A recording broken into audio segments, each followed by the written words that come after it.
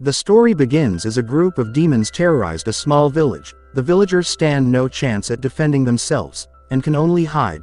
Just then a flying dragon is spotted in the sky, and a man explains that he has sought power ever since he was a child. He was convinced that as long as he had power, nothing could be taken from him. As he speaks, the man uses a technique that takes out all the demons. However, one still remains, but that one is devoured by the dragon. The man then explains that he got the power that he had always wanted. He summoned powerful Ayakashi monsters to be his servants, and became the strongest in every sense of the word. However, on that very night, he reveals that it was the end of history's strongest exorcist. He states that his students were taken as hostages, and it was all because he sought out too much power. Now he has lost everything. As he dies, the man explains to his student that everything is fine and it's not her fault. He then thinks about how the imperial court is full of cowards for sending his favorite student after him. He states that he lacked cunning but will do better next time. He begins a spell, and explains that he will start all over and try one more time. However, this time he won't fail. Not in his next life. Sometime later, a man recites an incantation, and asks that he be shown the power that the child before him possesses. The spell is successful, but one of the boys watching laughs, as he didn't think what he just witnessed was possible. None of the element stones on the magic circle are shining, which means the ritual is over, and the boy named Saikyou lacks any magical power at all.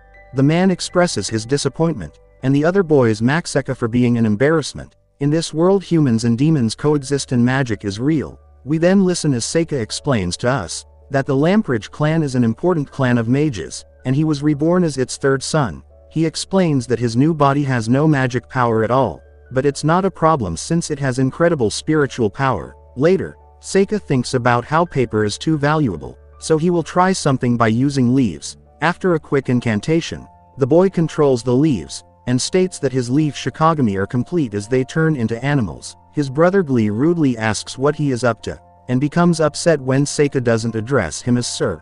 Glee attempts to bully his brother, but the crows protect him, and Taker realizes he might have been too hard on his brother. The eldest brother named Ruff arrives to see if they're both okay, and Saikyou thinks about how Ruff was right to be suspicious, since the crows only attacked Glee. He then explains that he has sent Hichigagami out, so that he can gather information about this new world. Afterwards, Saikyou turns 7 years old, but no one acknowledges him, and he assumes it's because his mother was his father's mistress. Later, Saikyou works on his paper forms and is greeted by a maid named Yifa, who has brought his jacket that Glee threw out. Glee arrives to call the girl a slave, and mocks Saikyou for not being able to go to a magic academy like him, since he can't use magic.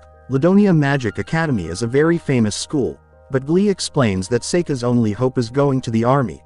Their father arrives to take Glee to study magic, and Saikyou asks if he could come along. Outside, the eldest brother goes first, reciting an incantation, and releasing a powerful wind attack.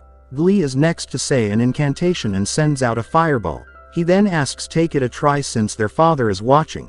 The eldest brother asks that Glee stopped taunting the youngest, but is surprised when Saikyou agrees to try.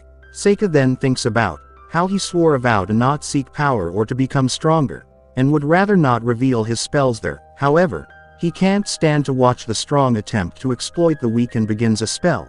His technique is masterful, and results in an amazing fire and earth attack. Everyone is shocked by the blue fireball that he created without an incantation, and Glee thinks it happened because he left some power in the wand.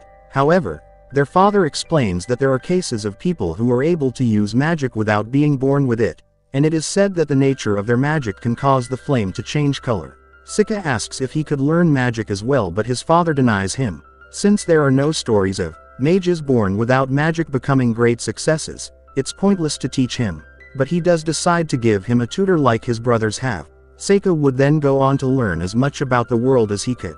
As his father watched them closely, the days and months then pass, and Saikyou states that he has not just turned 11 years old. He explains that in his past life, he had defeated and sealed many powerful Ayakashi, and then forced them to serve him in battle. He points out that seal is just a word to describe how he sends them to another world.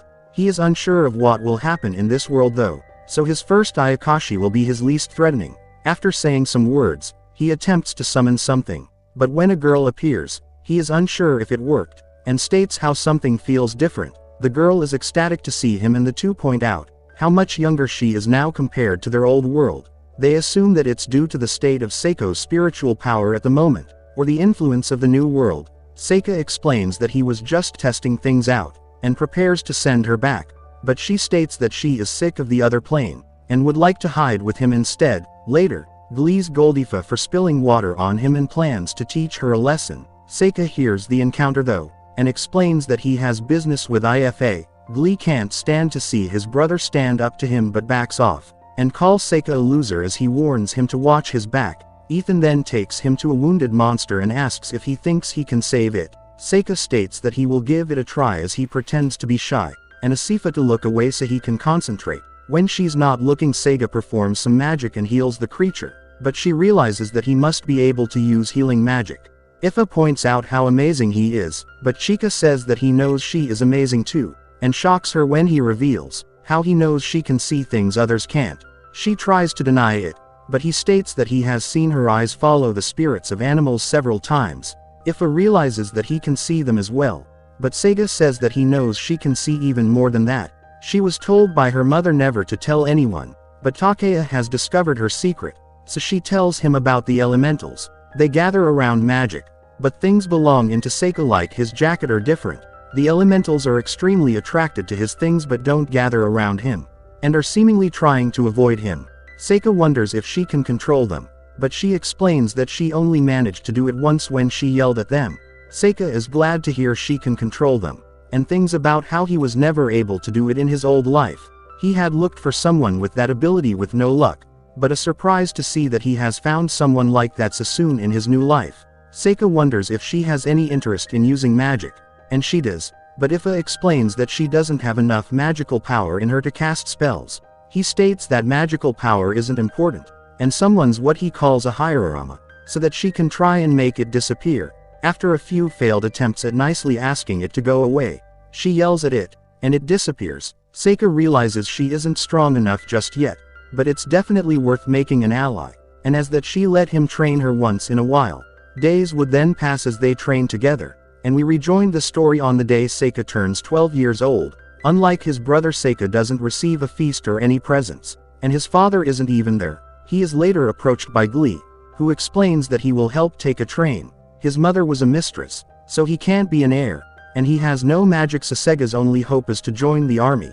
Ruff explains that the general is teaching them to fight with swords, and they want to train Saikyou. However, just then, the brothers are informed of a large monster that has appeared near the city. Their father drove it away with fire magic, but there is a chance that it is headed straight towards them. Saikyou senses it approaching just before it arrives, and Glee runs for his life as it is a fearsome beast. Ruff tells everyone to take shelter deep in the mansion, and asks he could go with them, but is shocked to find that his younger brother is headed outside. Outside the mansion, Ifa is being attacked by the beast, and Take's too late to save her, but he's surprised to see the Hierodama rescue her. They don't have a will of their own, so this means she must have controlled it herself. Saikyou then taunts the beast into following him, and as everyone watches, uses an exceptionally powerful magic attack to take out the giant beast. He states that the taming is complete since he used a poison that is harmless to humans, but extremely effective against lizards. Everyone is shocked to see how easily Saikyou defeated the powerful monster with just one attack, and now realize how exceptional he really is. Saikyou accepts the adoration, and thinks how everything is going just as he had hoped, as he remembers the vow he made to be cunning in his next life. Thanks for watching part 1. Future parts coming soon. As always, if you like what you see, subscribe to the channel.